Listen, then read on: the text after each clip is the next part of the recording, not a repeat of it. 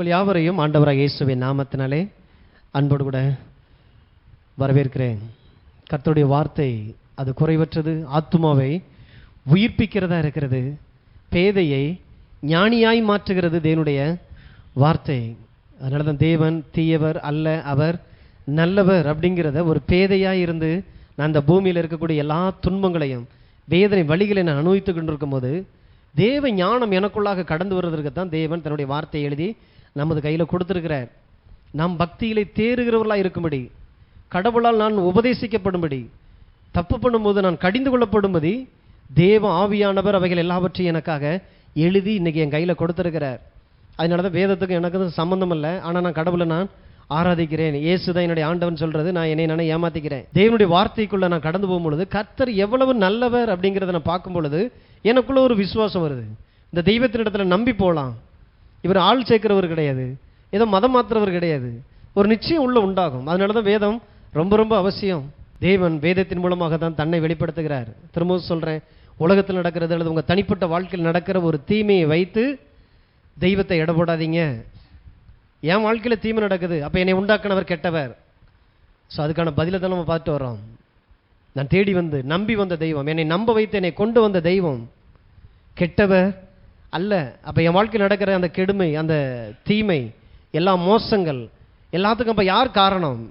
So அதுதான் தொடர்ந்து நம்ம பார்த்து கொண்டு வருகிறோம். தொடர்ந்து நீங்கள் இந்த செய்தியை நீங்கள் கேட்டுக்கிட்டே வாங்க. நிச்சயமாக ஒரு தெளிவு வரும். ஒரு தெய்வத்தை அறிகிற அறிவு எந்த யூனிவர்சிட்டிலையும் இல்லாதது. ஒரு தெய்வத்தை நம்ம அறிய வேண்டிய பிரகாரமாக அறிந்து கொள்வது ரொம்ப ரொம்ப அவசியம்.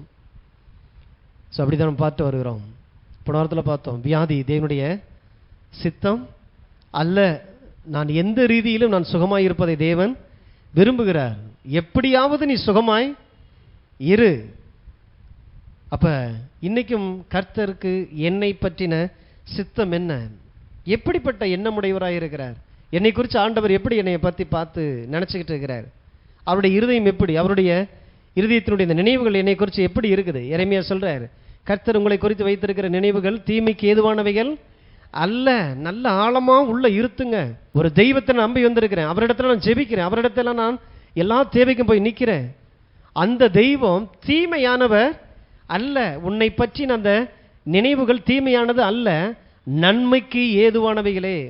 நான் இப்போ கடவுள் ஒரு காரியத்தை செய்வாரானால் ஜெபிக்கவான்னு சொன்னா உங்க நன்மை, மற்றவர்களை உன் சத்துருக்களை கூட நேசின்னு சொன்னா உங்களுக்கு நன்மை, மற்றவர்களை மன்னிச்சிரு, உன் சகோதரன் மீது கசப்பு வெறுப்பு வைக்காத, உன் கணவனுக்கு மரியாதை கொடு, உன் மனைவியை அன்பு பாராட்டு, பிள்ளைங்களுக்கு செய்ய வேண்டிய கடமையை செய். இதெல்லாம் சொல்றாருன்னா உங்களுக்கு நன்மை உண்டாகும்படியாகத்தான் தேவன் அதை சொல்லுகிறவராக இருக்கிற. எனக்கு பிடிச்சதை மாத்திரம் எடுத்துக்கிறது, எனக்கு பிடிக்காத காரியங்களை நான் விட்டுருவேன் அப்படின்னா கடவுளை இன்னொன்று சரியாக அறியலேன்னு அர்த்தம். அவர் எதை சொன்னாலும் நன்மையாகத்தான் இருக்கும். அப்போ தேவ ராஜ்யத்தில் விதைங்க, பண விஷயத்தில் உண்மையாக இருங்க அப்படின்னு சொல்கிறாருன்னா நான் நல்லா இருக்கிறதுக்காக, என்னுடைய பண பெருக்கம், என்னுடைய பணத்தினுடைய அந்த வானத்தை திறக்கிறதுக்காக தேவன் திறவுகோலை கையில் கொடுத்துருக்க, இதை போட்டு ஓப்பன் பண்ணியிருப்பா அப்படின்றாரு. அப்போ தேவன் வேதம் என்னவெல்லாம் சொல்லுதோ அத்தனையும் என்னுடைய நன்மைக்காக அப்படிங்கிறத நாம் அறிந்து கொள்வது ரொம்ப ரொம்ப அவசியம். ஸோ அப்படித்தான் நான் வியாதிப்படுறோம். இன்னைக்கு சுகம் அப்படிங்கிறது உலகத்தில் ரொம்ப ரொம்ப தேவையானது கூட.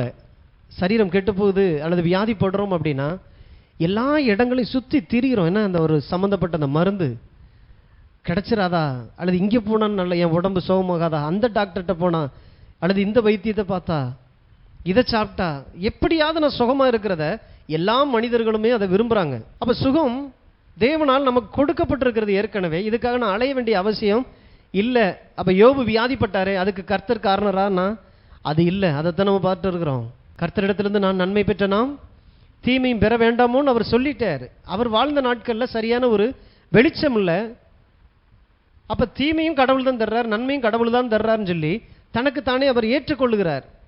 அப்போ என் வாழ்க்கையில் நடக்கிற எந்த தீமைக்கும் காரணர் அல்ல கடவுள் அப்படிங்கிறத இந்த நூற்றாண்டில் இப்போ இந்த வெளிச்சத்தில் கூட நான் அறியாமல் இருந்து யோபு பிடிச்சிக்கிட்டு இருக்கிறேன் அப்படின்னா பரிதவிக்கக்கூடிய ஒரு ஆளாக மாறிடுவேன். உங்கள் சரீரம் சுகத்தோடு கூட இருப்பதற்காக வேதத்தில் தேவன் தன்னுடைய இருதயத்தை வெளிப்படுத்தியிருக்கிறார். உங்கள் கையில் இருக்கிறது தேவனுடைய ஆசைகள், விருப்பங்கள், அவருடைய உணர்வுபூர்வமான வார்த்தைகளை கையில் எழுதி கொடுத்துருக்கிறார். இதை வாசிக்கும் போது இதுக்குள்ளே இருந்து நீங்கள் கடவுளை கண்டுபிடிச்சிடலாம். உலகத்தில் பார்க்கும் பொழுது புது புது வியாதிக்கெல்லாம் அழகான பேர்லாம் வைக்கிறாங்க. இன்னும் நிறைய பேர்லாம் செலக்ட் பண்ணி வேறு வச்சுருக்கிறாங்க, அடுத்து வரப்போகிற வியாதிக்கெல்லாம் பேர் வைக்கிறது. கர்த்தர் அப்படிப்பட்டவர் இல்லை. ஒரு வியாதியும் தேவனிடத்திலிருந்து வருகிறது அல்ல.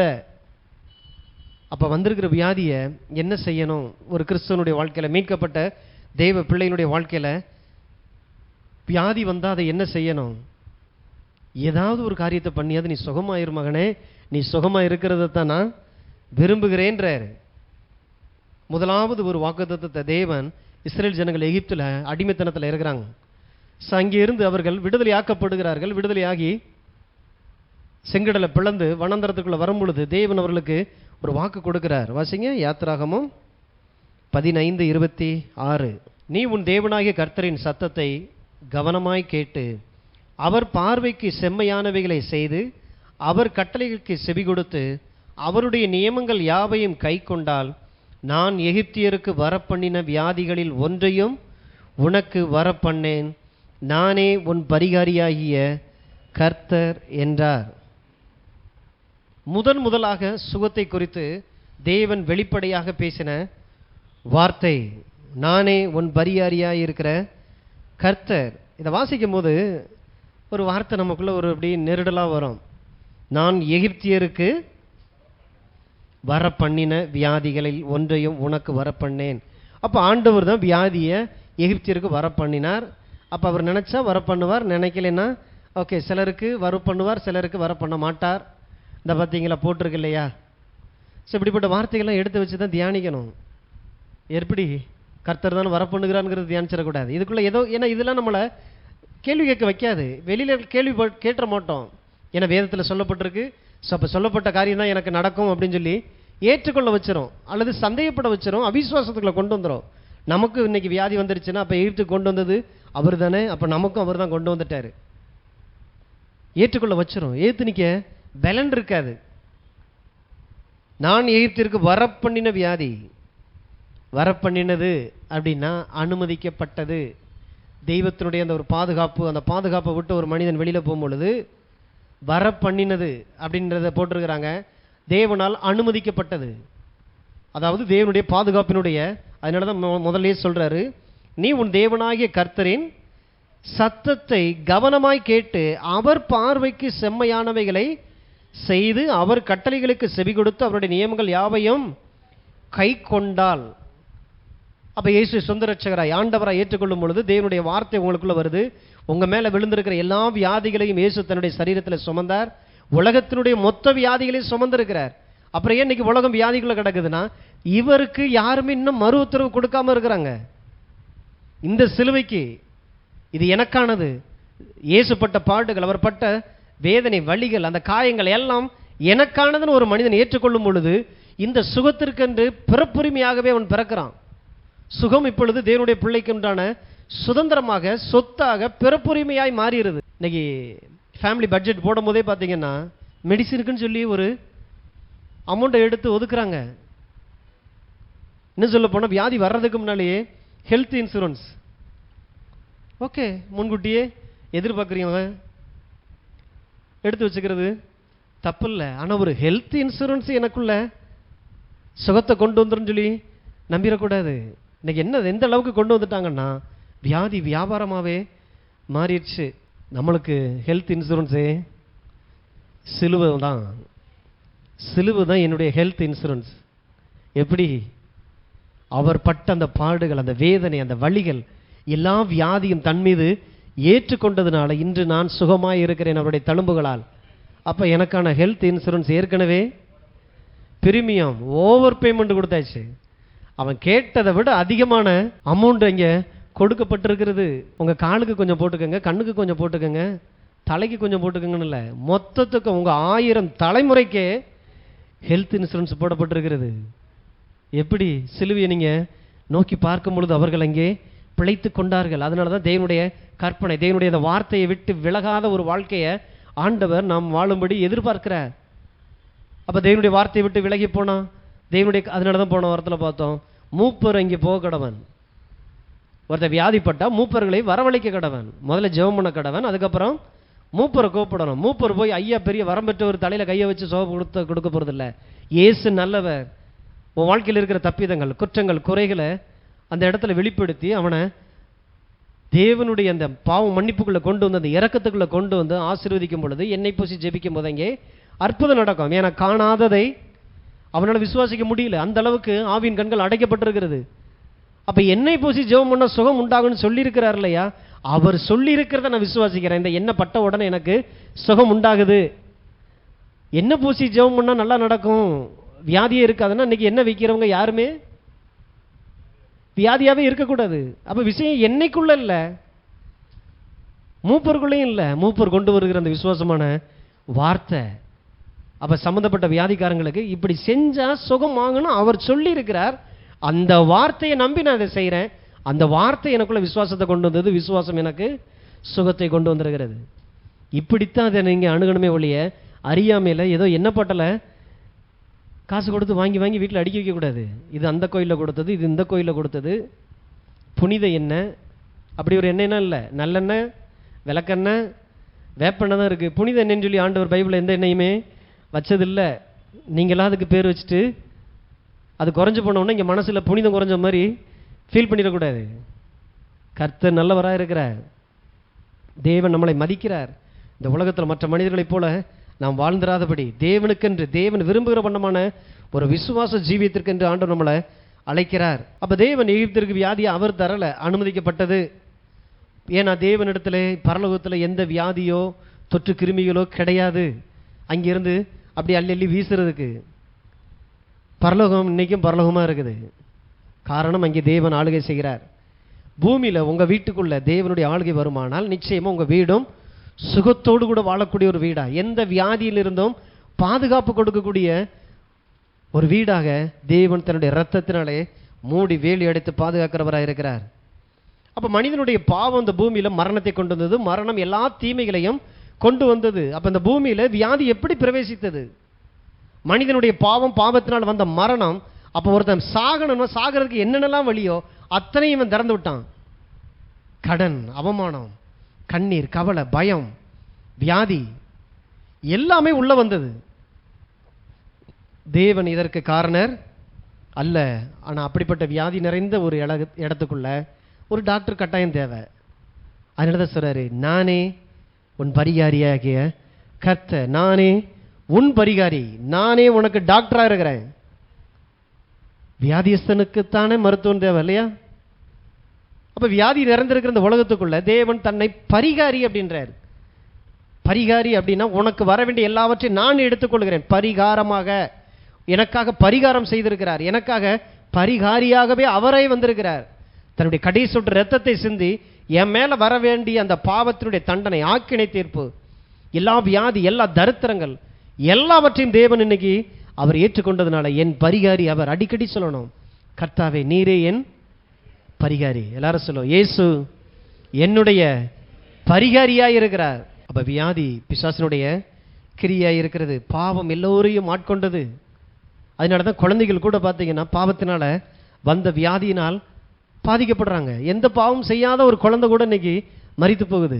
உலகம் பாவத்தினால் நிறைந்திருக்கிறது. அப்ப சிந்தப்பட்ட ரத்தம் என்னதான் பண்ணிட்டு இருக்குது?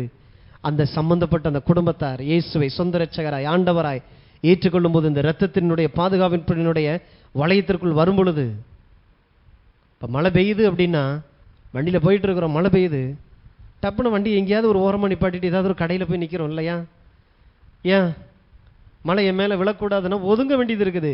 இந்த உலகத்தில் சாபமும் மோசமும் எல்லா வியாதிகளும் அக்கிரமங்களும் நிறைந்திருக்கிற ஒரு உலகத்துக்குள்ள நாம் ஒதுங்கி நிற்கக்கூடிய ஒரு நிழலாக, வெறும் நிழலுக்காக மாத்திரம் ஒதுங்கி இருக்கிறது இல்லை, என் வாழ்நாள் முழுவதும் அந்த நிழல் என் கூடவே வரும்படி நான் தெரிந்து கொள்கிறேன். இயேசுவை சொந்த இரட்சகராய் ஆண்டவராய் ஏற்றுக்கொள்ளும் போது எனக்குள்ளாக நடக்கக்கூடிய அற்புதம் தான் இந்த சுகம். அப்ப தீமை நிறைந்திருக்கிற ஒரு உலகத்துல தேவன் ஒரு கூட்ட ஜனங்களை அவர் தெரிந்தெடுக்கிறார். யாத்திராம் 12 பார்த்தீங்கன்னா ஒரு பஸ்கா ஆட்டுக்குட்டி அங்கே அடிக்கப்பட்டது. ஒரு கூட்ட ஜனங்களை தெரிந்தெடுக்கிறார். அவர்களை அந்த ரத்தத்தை, அந்த நிலைக்கால்களை ரத்தத்தை பூச சொல்லி உள்ள அந்த ஆட்டினுடைய மாம்சத்தை சுட்டு புசித்து வெற்றியோடு கூட அந்த செங்கடலை பிளந்து வெளியில கொண்டு வர்றார். அப்படி வந்த அந்த ஜனங்களுக்கு தேவன் கொடுத்திருக்கிற ரட்சிக்கப்பட்ட மீட்பிற்கு அடையாளமாய் அந்த ஆட்டுக்குட்டி இயேசுவுக்கு அடையாளமாய் இருக்கிறது. பருகி மாம்சத்தை புசித்து அப்படி வருகிறவனுக்கு நித்திய ஜீவன் உண்டு, மீட்பு உண்டு அப்படின்றார் இல்லையா?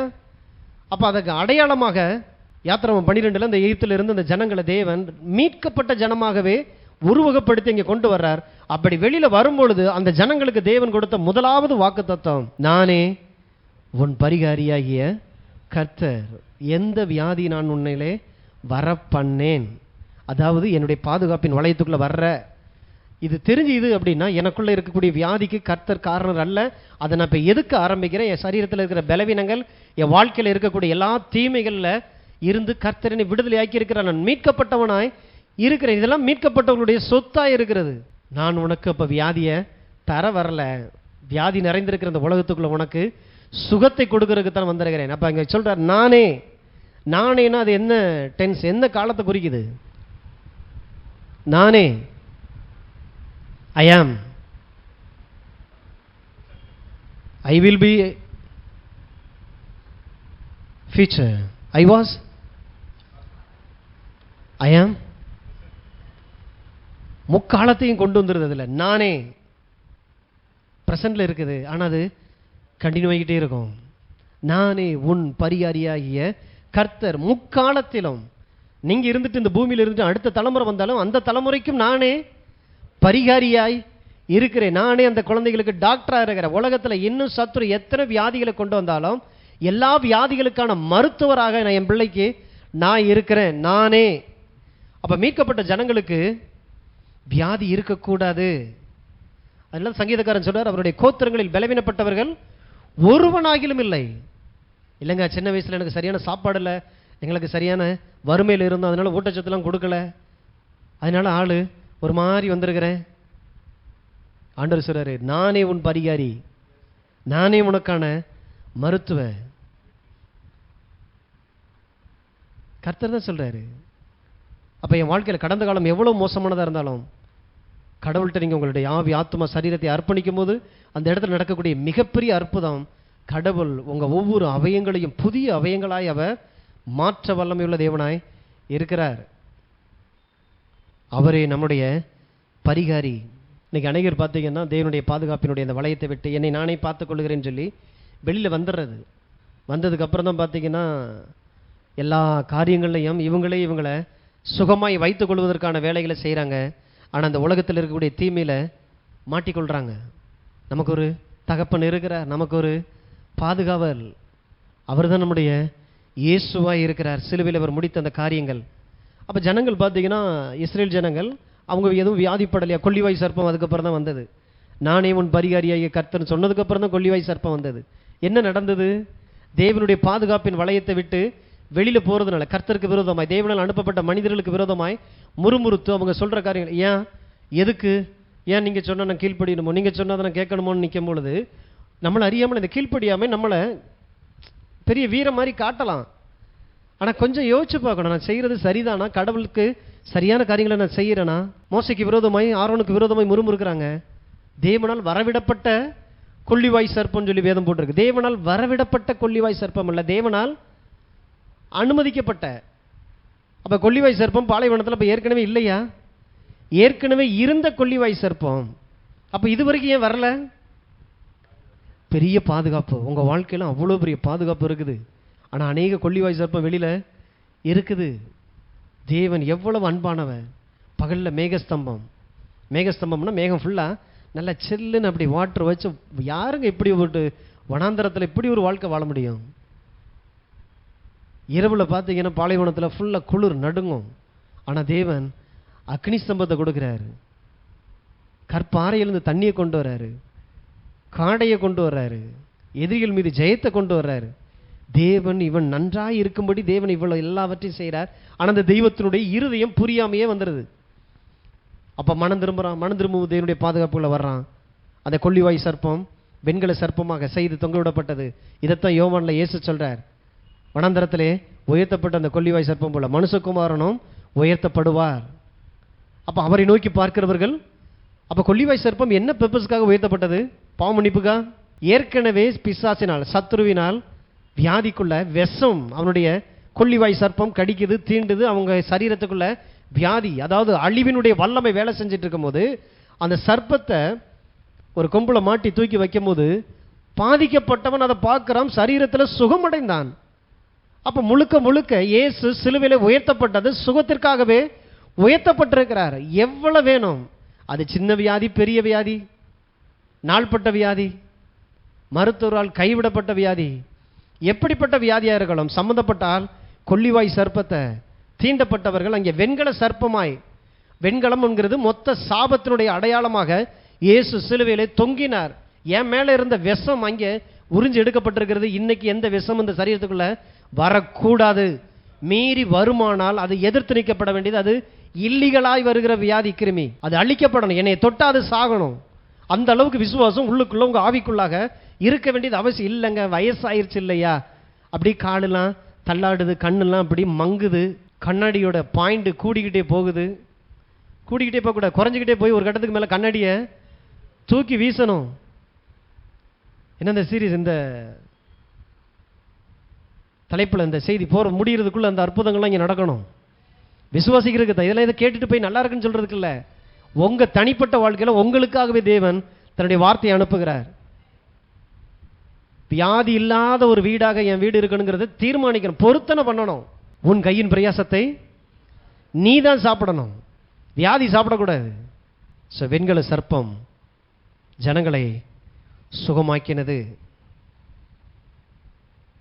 அப்ப சுகம்தான் தன்னுடைய சித்தம் அப்படிங்கிறத தேவன் ஏற்கனவே வனாந்தரத்தில் பழைய உடன்படிக்கையிலே ஆண்டவர் காண்பித்திருக்கிறார். கர்த்தரிடத்தில் அந்த நன்மையை பெற்ற நாம் தீமையை அனுபவிக்க வேணாமான்னு சொல்லி ஓட்டு எடுத்து வச்சு இப்படி சொரிஞ்சுக்கிட்டு தத்துவம் பேசிடக்கூடாது. கடவுள் தான் கொடுத்தார், ஏதோ ஒன்று நடக்குது, ஆண்டவர்கிட்ட யார் போய் கேட்க முடியும்? சங்கீதம் 86, சங்கீதம் 86:5.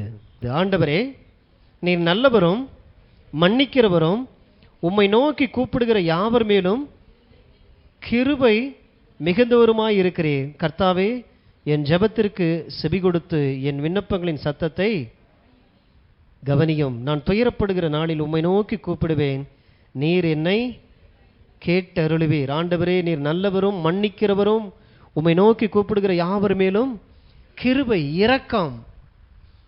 இந்த இடத்துல இரக்கம், இரக்கம் அப்படின்னா வியாதியில் இருக்கிற ஒரு மனிதன் தேவனை நோக்கி கூப்பிடுகிறான், தேவன் இரக்கத்தில் இறங்கி அவனுக்கு உதவி செய்கிறார். வெண்கல சர்ப்பத்தில் பாதிக்கப்பட்டவங்க, கொள்ளிவாய் சர்ப்பத்தால் பாதிக்கப்பட்டவர்களுக்கு தேவன் இரக்கம் பாராட்டி அங்கே கொடுக்கப்பட்ட ஒரு தீர்வு தான் வெண்கல சர்ப்பம். அப்போ உலகத்தில் இருக்கிற எல்லா மனிதர்களும் வியாதியில் அவங்க வாழ்நாளை அப்படி அழிஞ்சு போகுது பாருங்களேன்.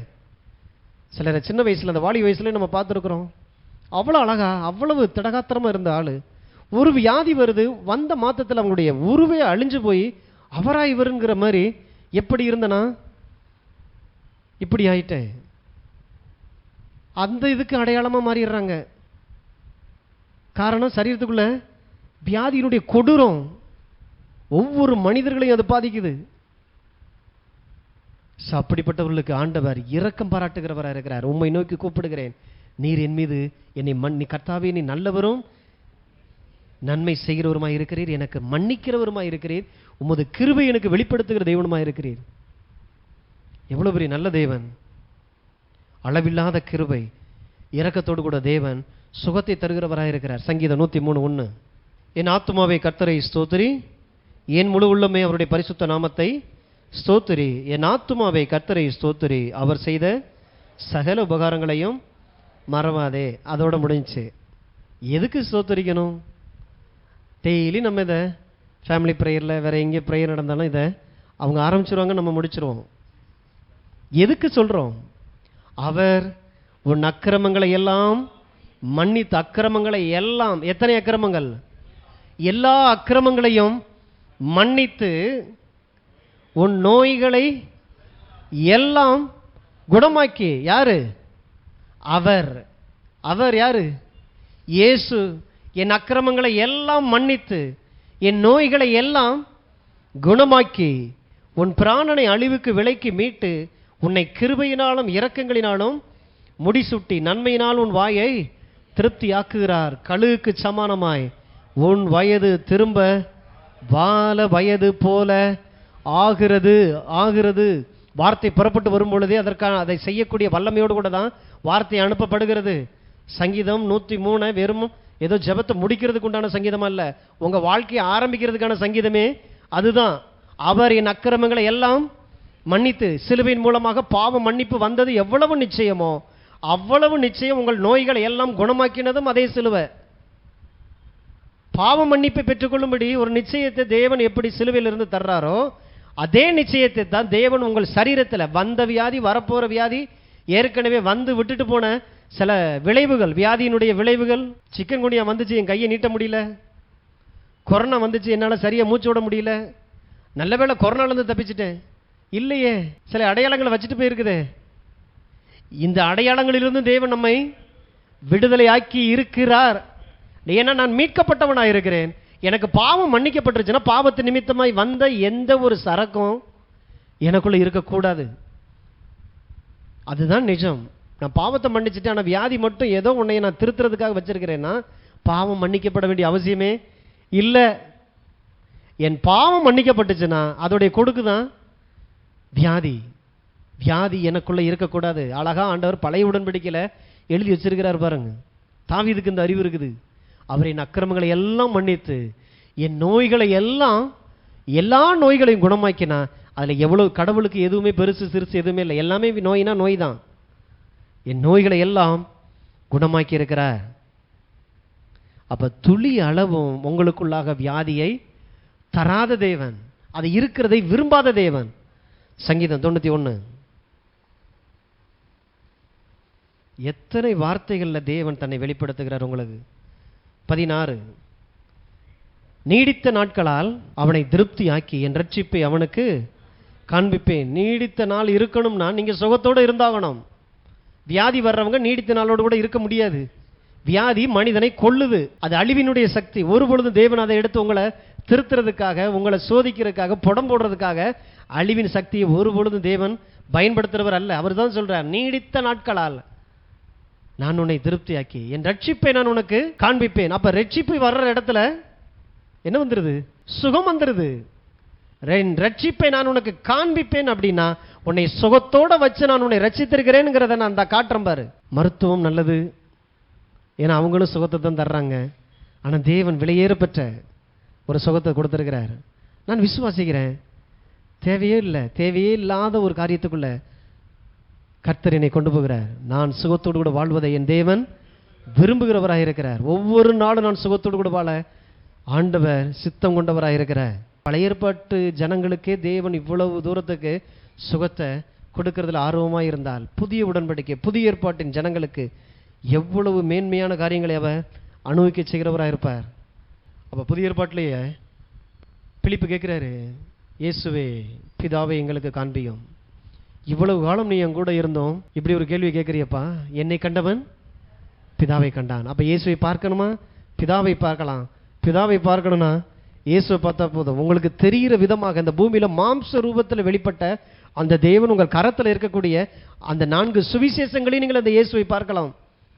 அவர் எப்படி இருந்தார்? நன்மை செய்கிறவராய் சுற்றி திரிந்தார். பிசாசின் வல்லமையில் அகப்பட்ட யாவரையும் குணமாக்குகிறவர். அப்ப வியாதி யார் கொடுக்கிறா? குணம், சுகத்தை தருகிறது இயேசு. பிசாசின் வல்லமையில் அகப்பட்ட எல்லா, அப்ப உடனே வியாதிப்பட்டு அது பிசாசு பிடிச்சிட்டு நினைச்சிடக்கூடாது. பாவம் பண்ணிட்டார் அதனால தான் வியாதி வந்துருச்சுன்னு நினைச்சிடக்கூடாது. உலகம் முழுவதும் இன்னைக்கு பாவத்தினாலும் இன்னைக்கு எத்தனையோ ஊழியக்காரங்கள்ல இருந்து எத்தனை விசுவாசிகள் இன்னைக்கு வியாதிப்படுறதுக்கான சாத்தியக்கூறு இருக்குது. வந்து தொட்டு பார்க்குது. ஆனால் அவர்களுடைய ஜெபம், அவருடைய விசுவாசத்தினால் அது அழிக்கப்படுகிறது. இந்த பூமியில் இருக்கிற வரைக்கும் நாம் இப்படித்தான் இருக்கிறோம். ஆனால் சுகம், பிள்ளைகளின் அப்பம் அனுதினமும் நான் சாப்பிட வேண்டியது. ஏன்னா தேவனுக்கு என்னை குறித்து ஒரு நோக்கம் இருக்குது, ஒரு ஆசை இருக்குது. சுகமாக இருந்தால் தான் அந்த வேலையை நான் செய்ய முடியும். அப்போ ப்ரெஷர் கடவுளுக்கு. நான் சுகமாக இருந்தால் தேவன் சொன்ன வேலையை நான் செய்கிறேன். தேவன் கொடுத்த குடும்பத்தை நான் நடத்த முடியும். தேவன் சொன்ன அந்த ஊழியத்தை என்னால் செய்ய முடியும். அதுக்கு சுகம் ரொம்ப ரொம்ப அவசியம். இவ்வளவு விலை மதிக்க முடியாத ரத்தத்தினால என்னை மீட்டு எடுத்துட்டு வியாதியை கொண்டு என்னைய புடம் போட்டுக்கிட்டு இருக்காரு நினைச்சிட்டு இருந்தேன்னா, ஆண்டவர் எவ்வளவு பெரிய ஒரு முட்டாளாக தன்னை எனக்கு காண்பிப்பார். தேவன் ஞானியாய் இருக்கிறார். அவர் நல்லவராயிருக்கிறார். சுகம் என் தகப்பனுக்குரியது, அது எனக்குரியது. எபிரேயர் 1 அதிகாரத்தில் 1 பூர்வ காலங்களில் பங்கு பங்காகவும் வகை வகையாகவும் தீர்க்கதரிசிகள் மூலமாய் பிதாக்களுக்கு திருவுளம் பற்றின தேவன் இந்த கடைசி நாட்களில் குமாரன் மூலமாய் நமக்கு திருவுளம் பற்றினார்.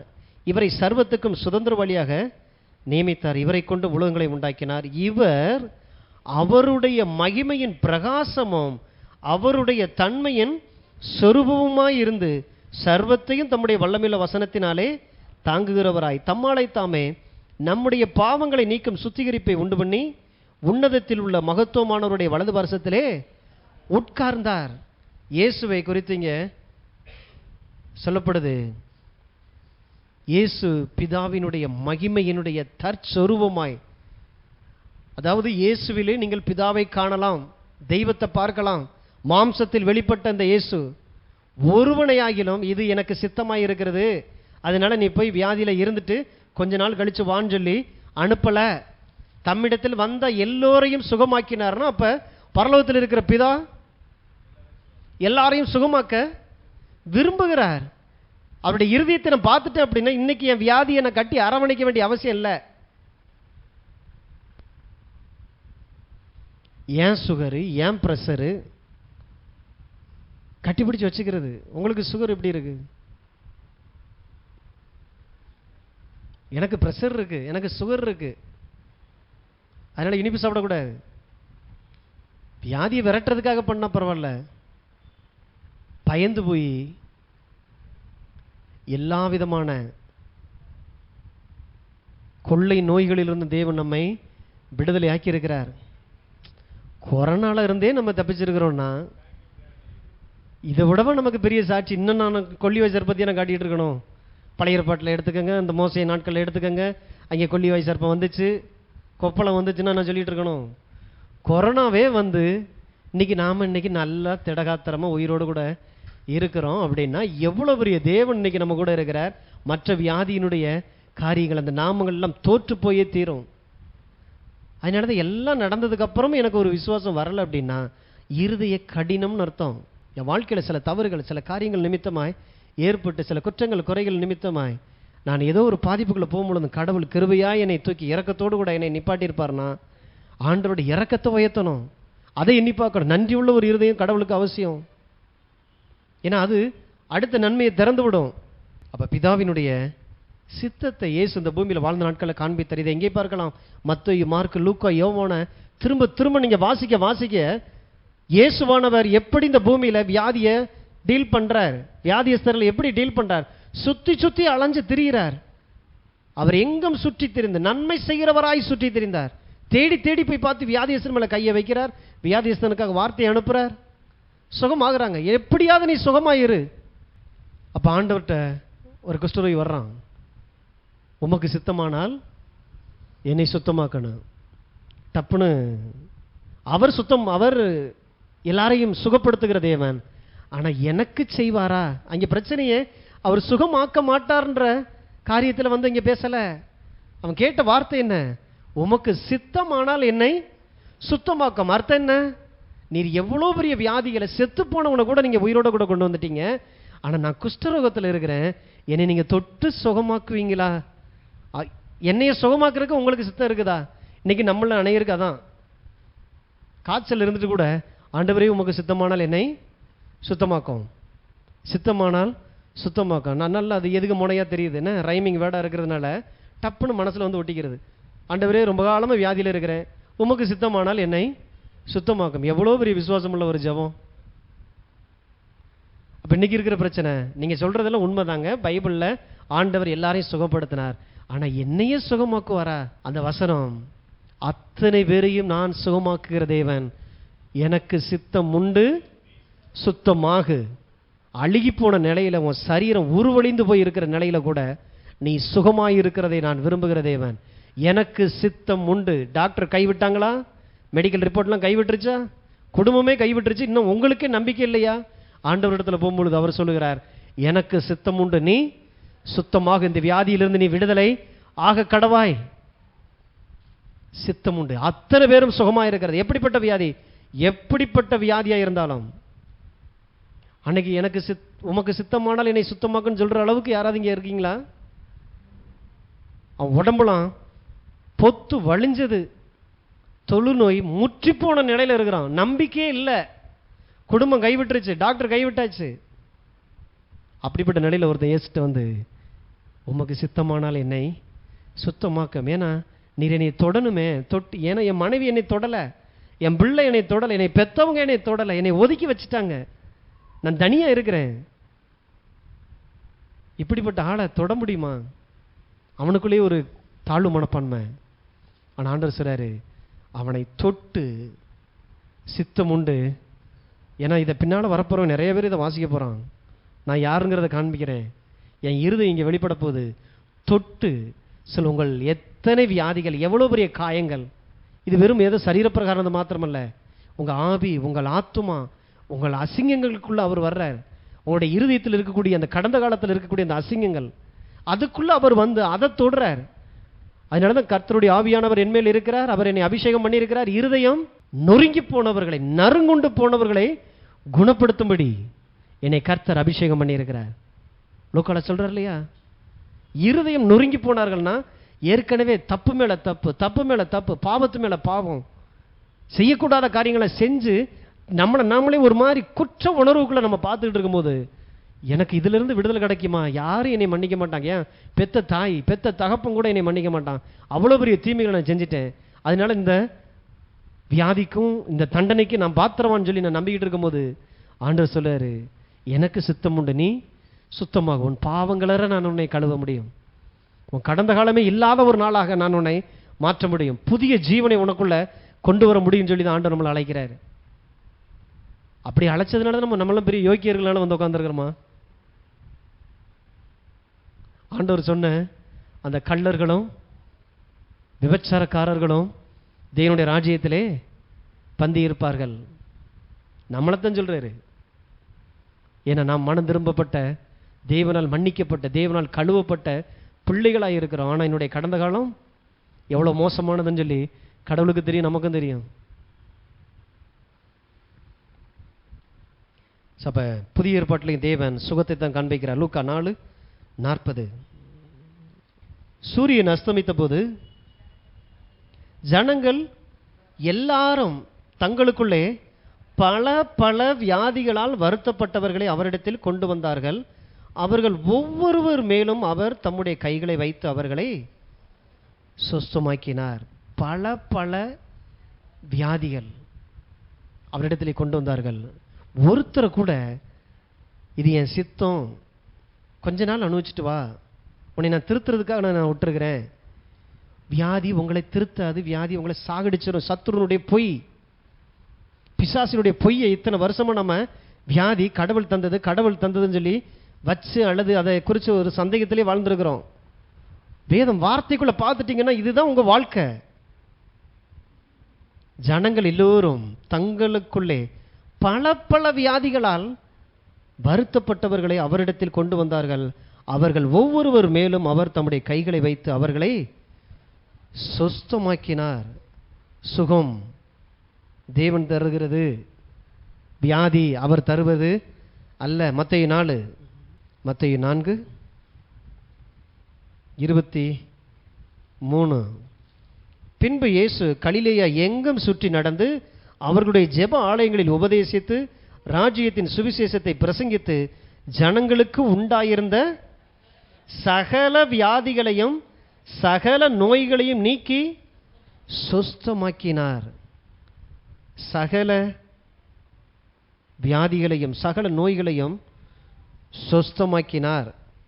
அவருடைய கீர்த்தி சீரியா எங்கும் பிரசித்தமாயிற்று. அப்பொழுது பலவித வியாதிகளையும் வேதனைகளையும் அடைந்திருந்த சகல பிணியாளிகளையும் பிசாசு பிடித்தவர்களையும் சந்திர ரோகிகளையும் திமிர்வாதக்காரரையும் அவரிடத்தில் கொண்டு வந்தார்கள். அவர்களை சுஸ்தமாக்கினார். பிசாசு பிடித்தவர்கள், சந்திர ரோகி, அதாவது இந்த அமாவாசை வந்து ஆடுது, பௌர்ணமி வந்து ஆடுதுன்னு சொல்றாங்க இல்லையா, இந்த ஆட்டங்காண்ற எல்லாரையும் ஆண்டவரிடத்தில் கொண்டு வந்தார். அத்தனை பேரையும் அவர் சுஸ்தமாக்கினார். மத்தேயு 9. இது சாம்பிளுக்கு காட்டுறேன். கடவுள் எல்லா இடங்களிலும் தான் சுகமாக்குகிற தேவன் அப்படிங்கிறத நிரூபிச்சிருக்கிறார். மத்தேயு 9:35. பின்பு இயேசு சகல பட்டணங்களையும் கிராமங்களை சுற்றி நடந்து ஜெப ஆலயங்களில் உபதேசித்து ராஜ்யத்தின் சுவிசேஷத்தை பிரசங்கித்து ஜனங்களுக்கு உண்டாயிருந்த சகல வியாதிகளையும் சகல நோய்களையும் நீக்கி அவர்களை சொஸ்தமாக்கினார். சகல நோய், பிணி எல்லாவற்றையும் அவர் அளித்தாரே ஒழிய யாருக்கும் அதை கொடுக்கல. ஆவிக்குரிய கண்கள் திறக்கப்படணும். இதெல்லாம் இதுக்கு தான் பைபிளை வாசிங்க. தேவன் யாருங்கிற ஒரு உறவு உண்டாகட்டும் உங்களுக்குள்ள. வியாதியை வச்சுட்டு ஆண்டவர் ஏன் தான் என்னை சோதிக்கிறார் உட்கார்றதில்ல. நான் தெய்வ பிள்ளையா இருக்கிறேன், நான் வியாதி எனக்குள்ள இருக்க கூடாது. 36. அவர் திரளான ஜனங்களை கண்டபொழுது அவர்கள் மேய்ப்பன் இல்லாத ஆடுகளைப் போல தொய்ந்து போனவர்களும் சிதறப்பட்டவர்களுமாய் இருந்தபடியால் அவர்கள் மேல் மனதுருகி தம்முடைய சீசர்களை நோக்கி, அறுப்பு மிகுதி வேலையாட்களோ கொஞ்சம், ஆதலால் அறுப்புக்கு எஜமான் தமது அறுப்புக்கு வேலையாட்களை அனுப்பும்படி அவரை வேண்டிக் கொள்ளுங்கள் என்றார். என்ன சொல்ற? நான் மாத்திரம் சுகமாக்கணும் பத்தாது. ஏன்னா நான் சரீர பிரகாரமாக இந்த பூமியில் இருக்கிறேன். குறிப்பிட்ட இடத்துக்கு தான் என்னால் போக முடியுது. அப்போ ஒன்று பண்ணலாம், அறுவடையின் எஜமானன் அவரிடத்துல ஜெபம் பண்ணுங்க. என்னைய போல அநேக குணமாக்கக்கூடிய ஆட்கள் வரட்டுன்னு சொல்லி ஜெபம் பண்ணுங்கள்னே சொல்றாரு. எந்த இடத்துல ஆட்களை கேட்கிறாரு பாருங்க. ஆண்டவரே ஊழியர்களை அனுப்பும். எதுக்கு ஊழியர்களை அனுப்ப? எந்த இடத்துல சொல்றாரு? சுகமாக்குறாரு. சுகமாக்கிட்டு மனதுருகிறார்.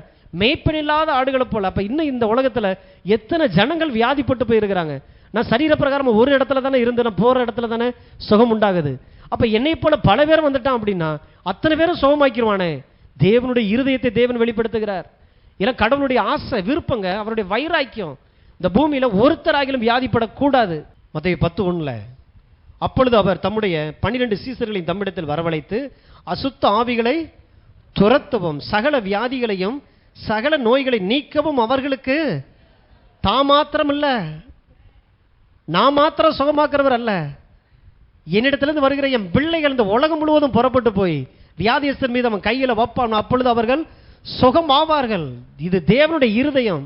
ஒருத்தராகிலும் வியாதிப்பட்டு இருக்கக்கூடாது. இப்படிப்பட்ட தெய்வத்தை தான் கடவுள் வியாதியை கொடுத்துட்டாரு. நாங்க அரவணைச்சுக்கிட்டோம். என்னைக்கு நாங்க பொண்ணா விளங்குறோமோ எங்களை கொண்டு வந்து ஷோகேஸ்ல மாட்டிடுவார் தூக்கி. கடவுளுடைய இருதயத்தை பாருங்க. நான் சுகமா இருக்கிறது அவர் மாத்திரம் தர்றதில்ல. எப்படியாவது நீ சுகமாக, யாரை தொட்டாவது சுகமாக, என்னைய தலையில ஊத்திக்கிட்டாவது நீ சுகமா இரு. என் பிள்ளை நீ சுகமா இருந்து ஆகணும்.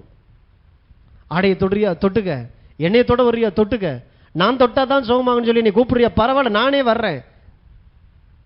அப்பமும் ரசமும் அல்ல, சரீரமும் ரத்தமாகவே வந்து நான் உன்னை சுகமாக்குறேன். எந்த ரீதியில் உன்னால முடியுமோ அத்தனை ரீதியில் நீ சுகமா இருக்கிறதுக்கான வாய்ப்புகளை நான் உண்டு பண்ணி தருகிறேன். அப்ப ஆண்டவர் தனக்கான சீசர்கள் 12 பேர், அதுக்கப்புறம் 70 பேரை நியமிக்கிறார். அவர்களை இப்படியே சொல்லி ஆசீர்வதிச்சு அனுப்புறார். அவர்கள் அசுத்த ஆவிகளை துரத்தவும் சகல வியாதிகளையும் சகல நோய்களையும் நீக்கவும் தேவன் அவர்களுக்கு அதிகாரம் கொடுத்தார், அத்தாரிட்டி கொடுத்தார் வியாதிகள் மேல. நீ சொல்லு, அது கீழ்ப்படியும். கீழ்ப்படியும் நான் பார்த்துக்கிறேன். கீழ்ப்படியும்.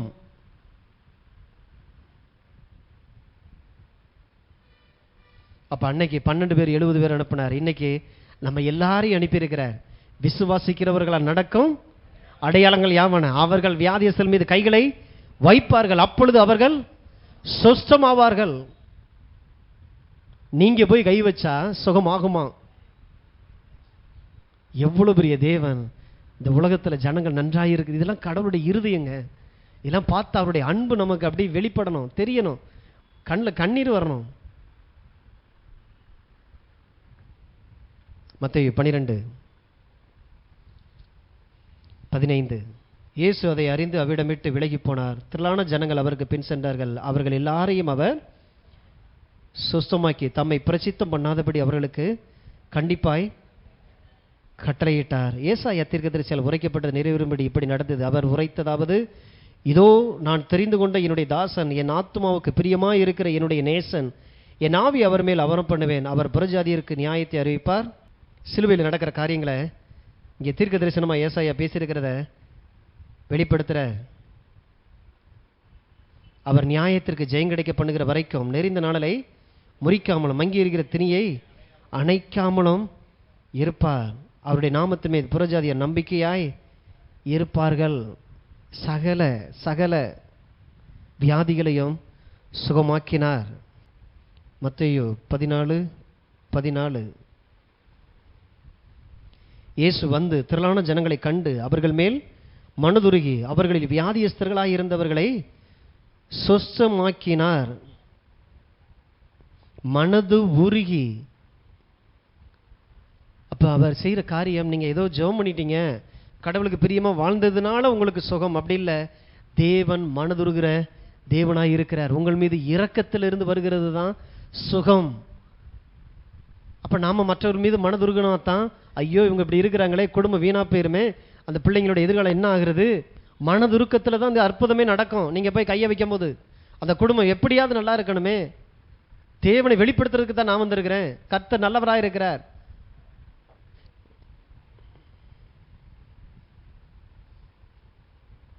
இன்னைக்கும் உங்கள் வியாதியை கண்டு தேவன் மனதுருகிறார். எல்லா டாக்டரை விட பெரியவர் நீங்கள் தேடி வந்த இயேசு.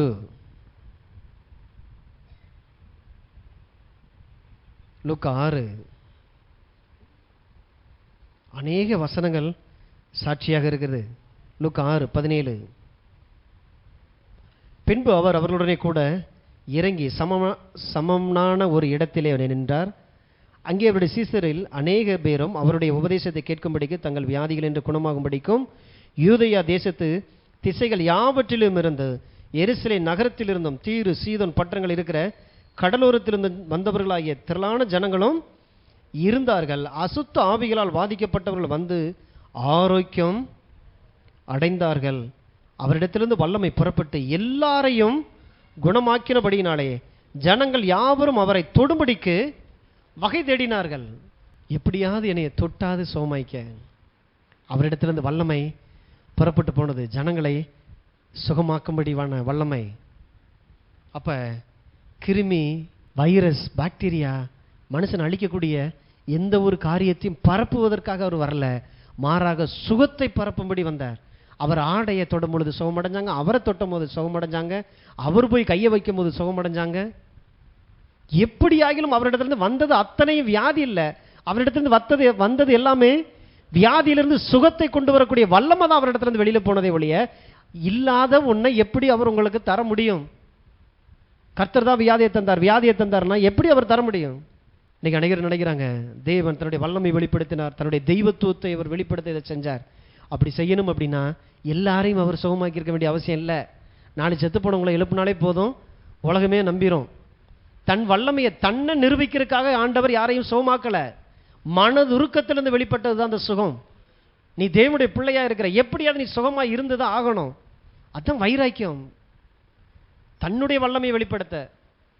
இன்னும் சொல்ல போனா சுகமாக்கிட்டு சொல்றாரு, நான் தான் உனக்கு சுகமாக்கணும்னு யார்ட்டையும் போய் சொல்லாதேன்னு வேற சொல்றாரு. அப்படிப்பட்ட ஆண்டவரா?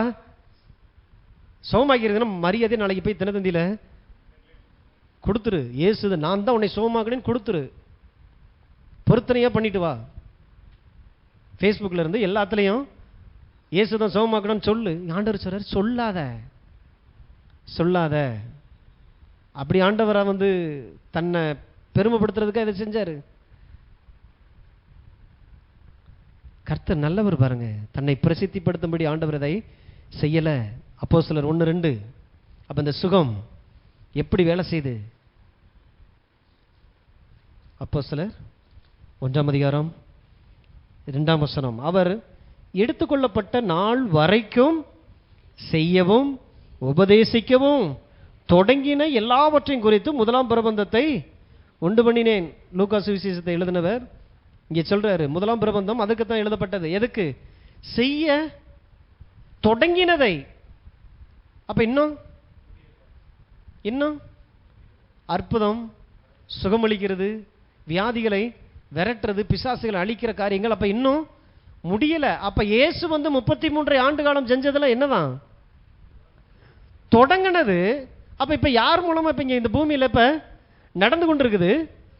நம்ம மூலமாய், தேவ பிள்ளைகள் மூலமாய், ஒவ்வொரு விசுவாசிகள் மூலமாக இப்பொழுதும் தொடங்கி கொண்டிருக்கிறது. அப்ப இன்னொரு நிருபம் எழுதணும்னாக்க நம்ம காலத்தில் இருக்கிற ஒருத்தர் இருந்துச்சுதான் எழுதணும். இந்த சபையில் இருந்து தேவனுடைய அற்புதம் சுகங்கள் எல்லாமே நடந்தது, கண்ணார நாங்க கண்டோம். தேவன் அதை எதிர்பார்க்கிற. தேவன் தொடங்கினது அப்ப இன்னும் முடிக்கப்படலை, இன்னும் நடந்து கொண்டிருக்கிறது.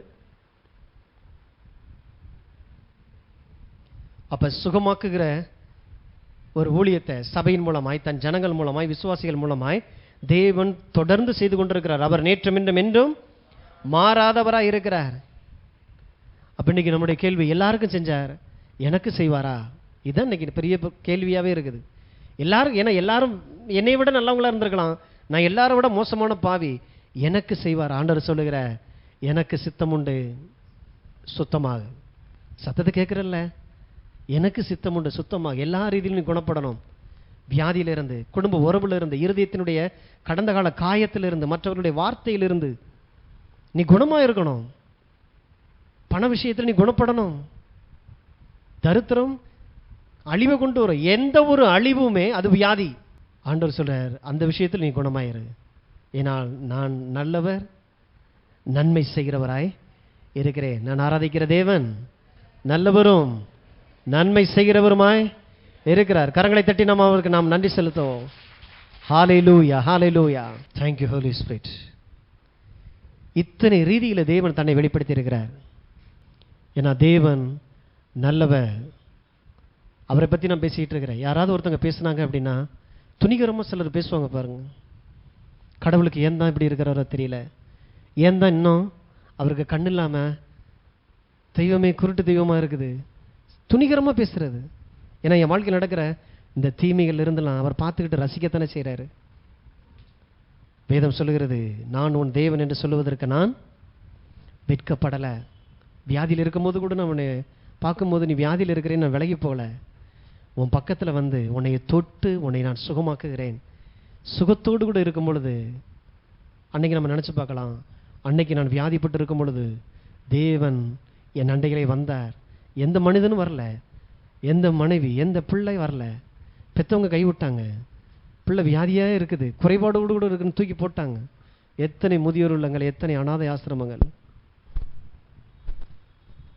அவர்கள் எல்லாருக்கும் தேவனே தகப்பனாயிருந்து அவர்களை குணமாக்கி அவர்களையும் இந்த பூமியில் வாழ்வதற்கான ஒரு இடத்தை ஆண்டவர் உண்டாக்குகிறார். நல்ல தெய்வமாக இருக்கிறார். ஆண்டவரே, உம்மை நான் தெய்வமாய் கொண்டிருக்க நான் செய்த பாக்கியம், கிறிஸ்து எனக்காக செய்த அந்த பாக்கியத்தில் என்னை நீங்கள் பங்கடைய பண்ணீங்களே, உமக்கு நன்றி நன்றி நன்றி. மனதார உங்கள் வாழ்நாள் முழுசு நீங்கள் நன்றி சொல்லணும். கர்த்தர் நல்லவராக இருக்கிறார். நாம் அறிக்கை செய்வோம், என் தேவன் நல்லவரும் நன்மை செய்கிறவருமாய் இருக்கிறார். என் இயேசு என்னுடைய பரிகாரியாய் இருக்கிறார். என் நோய்களை எல்லாம் அவர் குணமாக்குகிறவராய் இருக்கிறார். சுகத்தையும் ஆரோக்கியத்தையும் அவர் எனக்கு கிருபையாய் தருகிற தேவனாய் இருக்கிறார். இன்று ஆவியானவர் மூலமாக எனக்குள்ளாயிருந்து சுகத்தையும் பலத்தையும் எனக்கு தருகிறவராய் இருக்கிறார்.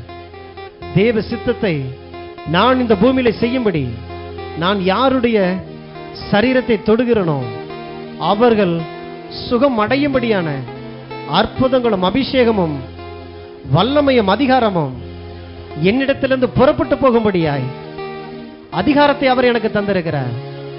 நான் ஆராதிக்கிற தேவன் நல்லவரும் நன்மை செய்கிறவருமாயிருக்கிறார்.